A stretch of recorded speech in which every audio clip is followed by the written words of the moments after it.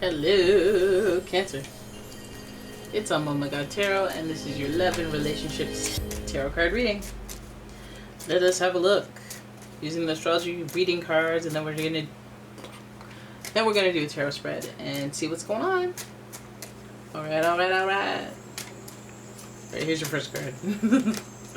All right, so Pisces is your first card, and Pisces energy it's wistful, endlessly loving, compassionate, and forgiving. It confuses and softens resolve. All right, fellow water sign there. There's some sensitivity and psychic activity when it comes to Pisces. So some of you guys are drawing in that Pisces energy, that elusive Pisces energy. And additionally, Gemini energy. Okay. So the energy is communicative, mischievous, lively, witty, and informative. Stimulating exchange is possible. Clever, witty, charming. Pisces and Gemini energy. Pisces and Gemini energy. This person feels funny. This person might be a funny person, good with their words and whatnot. Alright? And finally, we've got Virgo energy. And the energy around you is dutiful, hesitant, and humble, with a discriminating, diligent, and painstaking air. Okay. Look at the relationship there. Look at the dynamics. Virgo and Gemini are ruled by the planet Mercury, planet of communication and technology. Virgo and Pisces are connected through their polarity to each other, the 12th and the 6th zodiac sign. And then Pisces and Gemini are both mutable signs. Actually, all three of these signs are mutable signs. So there's like synergy across the board with this person. They feel very calm. Even though like it's not all earthy here, it feels calm. Like, oh, you're balanced. Oh, you balanced. Alright, so let's have a look at the tarot spread and see what's coming up between you and your Pisces, who seems very... There's sensitivity there, but they're good at talking. They're fun to talk to. They seem like clever, funny. Clever, funny. Right? I don't know how deep this person can go, but they're clever. It's fun to talk to. Okay, here's your first card. We've got the Ten of Wands. This person's carrying burdens somehow. What? Heavy, heavy burdens. Damn. Who's this person and how are you weighing down their back like this? Then we have Seven of Pentacles, and that's vision. Okay. Ooh. Ten of Wands and then the Seven of Pentacles. These burdens are making this person wonder. What? We've got the Four. Oh my goodness. Oh my gosh. What are you guys doing? Don't ruin this relationship, please. Got the Four of Cups. Indifference. This is the journey of, hey, I don't give up anymore about any of this. Oh. Do you feel it? Do you see it? Your next card is the Queen of Cups. Sensitivity. I can't let you know because you're so sensitive. Oh my goodness. Oh my goodness. The Queen of Cups is when you're like, you know what? I gotta take care of me. I gotta do me. I gotta put me first. And oh my God. Lord help you. Strength card. The Angel of Courage. Okay, some of you guys, I feel like you're just slowly being let down by someone. Slowly being let down. That sucks because as a mutable sign, or as mutable signs up there, you know, they're like adaptable. That's the good side. They're adaptable. They can go with the flow in multiple different scenarios, and the downside is they switch it up. They'll switch it up real quick. They will switch it up on you, and it feels like this person almost went to their maximum. They went to the end. With the Ten of Wands, it feels like they've gone to a place where they've accumulated so much responsibility or so much guilt or so much like, you know, this is like when they make mistake after mistake after mistake and they're like, oh, I'll make it up for you. I'll make it up to you. And then you're just like, I've lost count of everything that you've got to make up, you know? Like, this is just feeling like a burden. And that's from the jump. This from the jump in this reading. Feeling like the situation is heavy. Feels like, you know, some of you came into this reading and you're like, let's talk about this person, but you had the heaviness in your chest, or your heart, when you were thinking about this person, like, I'm just hoping for something good, But you walked in with the burden. You walked in with the, there's so much pressure. There's so much that has already gone down that I'm just hoping for anything that makes it feel lighter. But that whole feeling and that whole situation makes you just wonder, right? And this person wonders too. The vision, the ability to look down the future roads and see some grass or see some road or something. This person can't see the future. They are wondering about it though. I can't see this. I can't see this happening. I can't see this in the future. I can't see myself carrying these burdens for a long time in the future. I can't see it. I can't see it. It feels like that's what they would be saying with these two cards. Yeah, so your person, hopefully, we're at different stages for the people who this resonates with. They're at different stages where they see the burdens and maybe they can relieve some of them if they care about this relationship.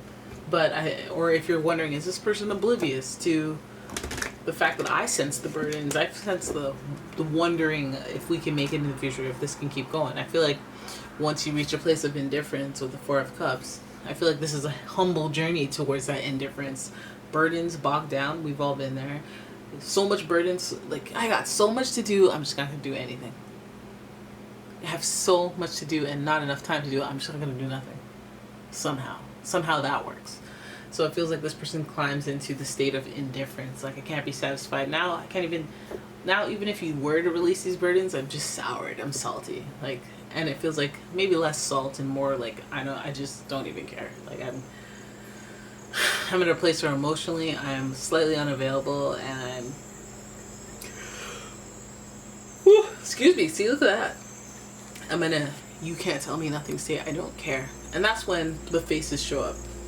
So the Queen of Cups shows up to be a face of concern of, hey, self-care is key. This person operating, they may need their own self-care. You may need to let them go for a second. You may need to hook them up with a pamper package. You may need to take some of that burden off of them because their emotional state is at indifference, and the only way to change that is through some self-care, which the Queen of Cups usually reminds me of. The Queen of Cups is concerned for your well-being, your emotional and spiritual health, and that's what needs to be ignited within you. And when she sees it, she wants you to take care. When Queen of Cups sees you in a state of disarray, emotional disarray, she's like, oh no, hell nah, let's get that foot rubbed by, not me, I don't like feet, but let's get you at a parlor or something.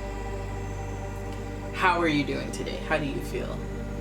Things that emotionally nourish you. Like, somebody cares? Hey, oh my god, what's this salty discharge coming from my eyes? Tears? Oh, somebody cares about me. Now, I think this is a longer journey than you would think, because the Strength card shows up. And this is associated with Leo, by the way. But this is always a long-term journey that you never asked to embark on, where you have to survive, where you have to hold out, where you have to wait for something to change, or, something's got to give. I feel like, pardon me, I feel like the Queen of Cups is looking towards the Strength Endurance card, because there may be some nobility, or there may be some need to be like, okay, I'm gonna hold out until they care. I'm gonna hold out until they come out of their indifference. I'm gonna hold out, and I feel like how reignite the spark. It's possible, but I feel like it's a long, enduring process of keeping faith and keeping strength and having emotional intelligence until this person can reach that point again. Because I feel like this feels like burnout. It feels like somebody's burned out. Your partner may be just sick of you, and I feel like what you should do in that scenario is put yourself first.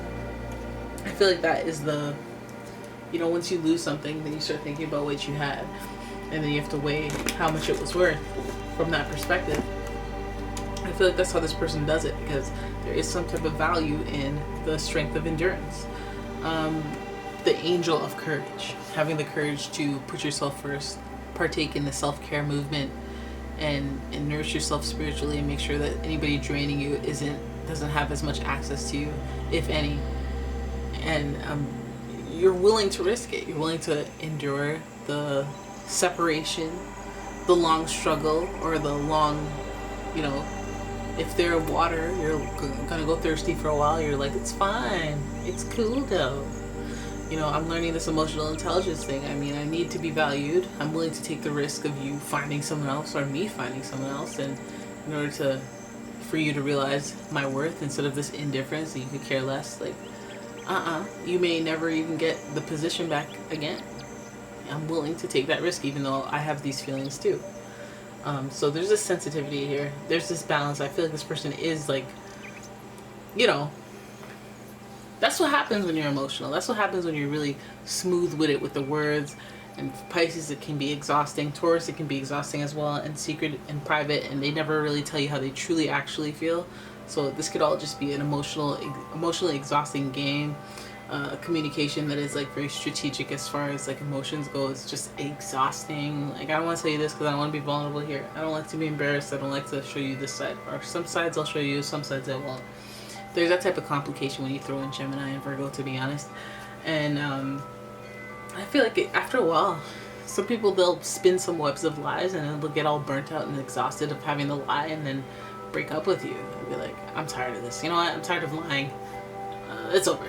Yeah. Actually, I feel like you cheated on me, so it's over. So you're like left on a hook. You're like, no, I didn't though. You know, let's not go down that road though. It just does feel like this person climbs into feeling overwhelmed and burdened by the situation, and then wondering what their options are, and then trying to start feeling indifference and choosing themselves first. And I would advise you to do the same. Choose yourself first. Nourish your spirit, and be willing to deal with long-term, not repercussions, but you know, like just power through. So there it is. That's your reading. Oh my gosh, this person is just like, they just want you to like, I don't know what they want. It just seems like they have a lot on their plate, and I'm wondering if you have something to do with those burdens. I think you do. Maybe you've spent a lot of their money. Maybe they've spent a lot of money on the relationship to keep up with the Joneses. Maybe there's other factors that you may not be privy to. But again, be wary of your own sensitivity, and this person has a responsibility to take care of their own emotional health so they can bring 100% to a relationship and not some 90% resentment foolishness towards you. Because you got to care about me if you want to be with me. This indifference will not do. It will not do. Because from that state, they can't appreciate anything kind that you do for them. So you gotta, hey, cut it off. Cut off their mic until they get it together. Alright, so that is your reading. I hope you enjoyed it. If you did, please give the video a thumbs up and subscribe to the channel. Leave a comment, share the video, and if you'd like your own personal reading, please check out the description. There's a link to my website as well as a link to my Etsy shop. And I will see you in the next one. Bye-bye.